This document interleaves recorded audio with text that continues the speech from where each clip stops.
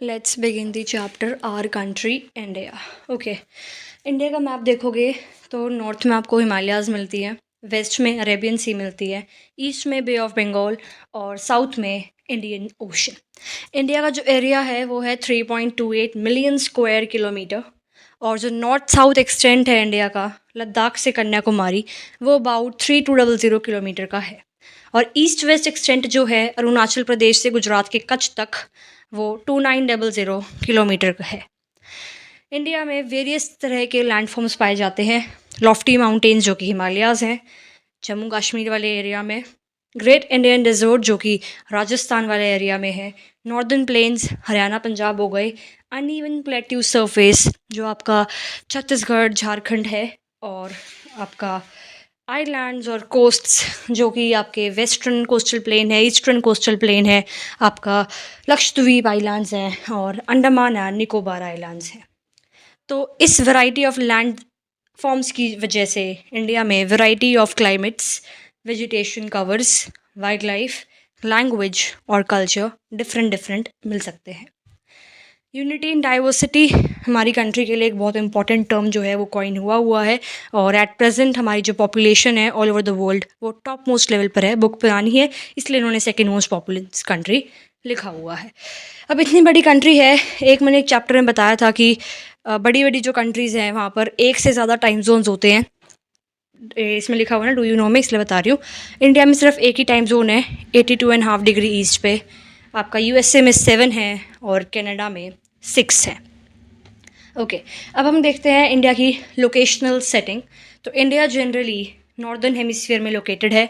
Tropic of cancer 23.5 degree north इसमें almost India के almost midway से पास करता है। साउथ से नॉर्थ जो मेन लैंड एक्सटेंड इंडिया का है वो है 8 degree 4 minutes north and 37 degree 6 minutes north latitude, और जो वेस्ट टू ईस्ट इंडिया का एक्सटेंट है वो है 68 degree 7 east and 97 degree 25 minutes east longitudes. ठीक है, ओके। अब इतना ग्रेट लॉन्गिट्यूडनल एक्सटेंट जो इंडिया का है अराउंड 29 डिग्रीज़ का वाइड डिफरेंस हो सकता है लोकल टाइम ऑफ प्लेसेस में, जो कि दो एक्सट्रीम पॉइंट पे इंडिया के लोकेटेड है।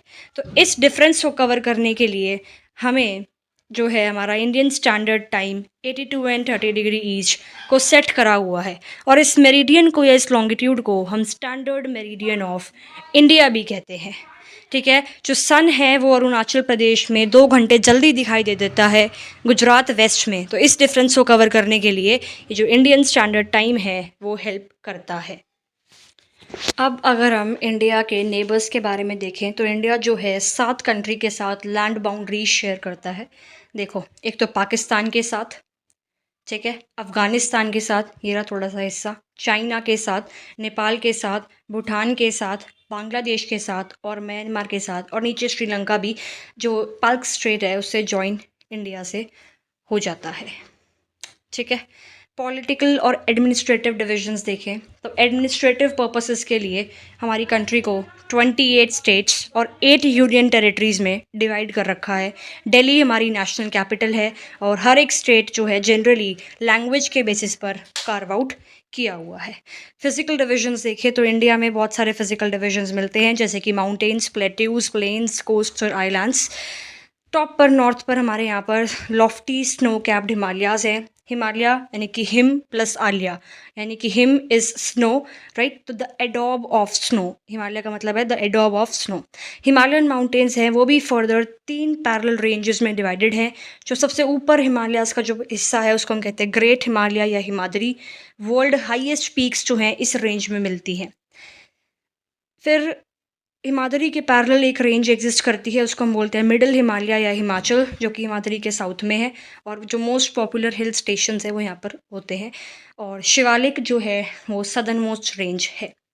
फिर आते हैं नॉर्दर्न प्लेन्स जो कि यहाँ पर है हरियाणा और पंजाब वाले एरिया में, जो कि हिमालयाज़ के साउथ में एग्जिस्ट करते हैं। ये जनरली लेवल और फ्लैट प्लेन्स हैं और they are found by the alluvial deposits of Indus, Ganga and Brahmaputra rivers जो हैं उनके एलुवियल डिपॉजिट से नॉर्दर्न इंडियन प्लेन जो है बना है। और प्लेन है और फर्टाइल है, इसी की वजह से यहाँ पर जो पॉपुलेशन है उसका कंसंट्रेशन हाईएस्ट है।